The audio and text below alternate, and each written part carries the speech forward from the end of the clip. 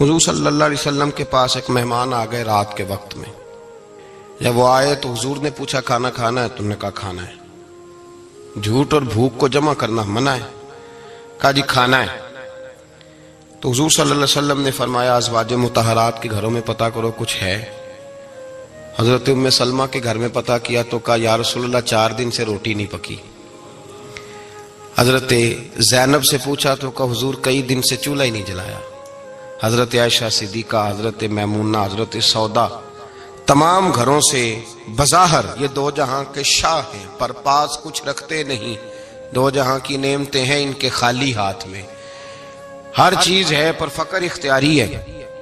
کوئی شے نہ ملی تو نبی پاک صلی اللہ علیہ وسلم نے مسجد میں اعلان کیا، فرمایا کون ہے جو میرے مہمان کو روٹی کھلائے؟ ان لفظوں کا حسن کوئی حسن والا ہی سمجھ سکتا ہے. فرمایا کون ہے جو میرے مہمان کو کھانا کھلائے؟ تو ایک صحابی لے گئے اور اٹھے وہ صحابی جو صحابہ میں غریب تھے، ایک انصاری جو غریب آدمی تھے. بہت زیادہ امیر آدمی اللہ کی راہ میں خرچ نہیں کر پاتا، اس کے لیے مشکل ہو جاتا ہے.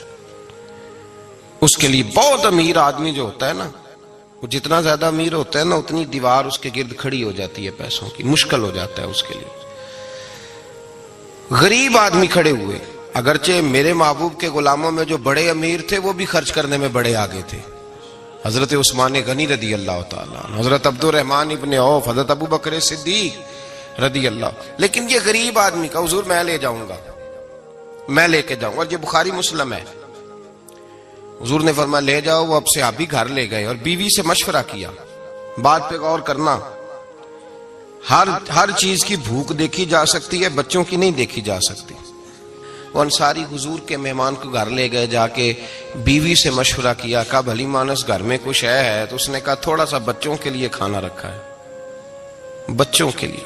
بچے تو بزدل کر دیتے ہیں، بچے تو آدمی کو بزدل کر دیتے ہیں، بچے تو مار دیتے ہیں، کلیجہ پھٹ جاتا ہے بچہ بھوکا ہو تو، نیند نہیں آتی. اب صحابی اپنی بیوی سے کیا کہتے ہیں؟ کہتے ہیں بچوں کو بہلا کے سلا دے، اور رسول اللہ کے لیے نہیں، رسول اللہ کے مہمان کے لیے. بھئی نبی پاک کے لیے نہیں، حضور کے. تجھ سے در در سے سگ اور سگ سے ہے مجھ کو نسبت، میری گردن میں بھی ہے دور کا پٹکا تیرا.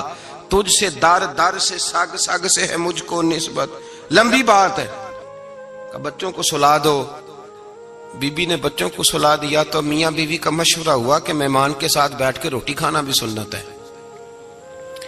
تو اب مہمان کے ساتھ بیٹھ کے کھانا بھی ہے تو کھانا ہے 1-2 آدمی کا. اب خاوند اپنی بیوی کو تیار کرتا ہے کہ میں بھی کھانے پہ بیٹھ جاؤں گا، تو بھی بیٹھ جانا. اور جب مہمان کھانے میں ہاتھ ڈال لے تو اٹھنا، کہنا او ہو دیا تو صحیح کیا ہی نہیں، ابھی بجھ جائے گا. اور جا کے دیا بجھا دینا. ہم ہاتھ ہلاتے رہیں گے، مہمان روٹی کھاتا رہے گا. اور یار اس درد کو، اس کیف کو سمجھو. گھر میں بچے بھی بھوکے، بچوں کی ماں بھی بھوکی، بچوں کا باپ بھی بھوکا. دسترخوان پہ روٹی لگ گئی، روٹیاں چن ڈالی. بی بی اٹھی کہنے لگی او ہو چراغ تو صحیح کیا ہی نہیں، یہ تو بجھ جائے گا. حوصلے مند بی بی جس نے بچے بھوکے سلا دیے. وہ بھوکے سوئے ہوئے بچوں کی بھوکی اماں اٹھی اور اپنے خاوند کی تابع داری میں اٹھی. میں گڈی تے ہتھ ڈور سجن دے، وہ جنج رکھے اونج رہنا ہے. اٹھی اور اس نے نہ دیا ٹھیک کرنے کے بہانے بجھا دیا. مہمان روٹی کھاتا رہا اور رسول اللہ کے نوکر قربانی دیتے رہے. وہ روٹی کھا کے سیر ہو کے بستر بچھایا تو سو گیا. یہ میاں بیوی ساری رات بچوں کی طرف دیکھتے رہے اور غور کرتے رہے اور راضی رہے کہ ہم نے حضور کا فریضہ نبھایا ہے. قربان جاؤں محبوب پہ، بے خبر ہو جو غلاموں سے وہ آقا کیا ہے.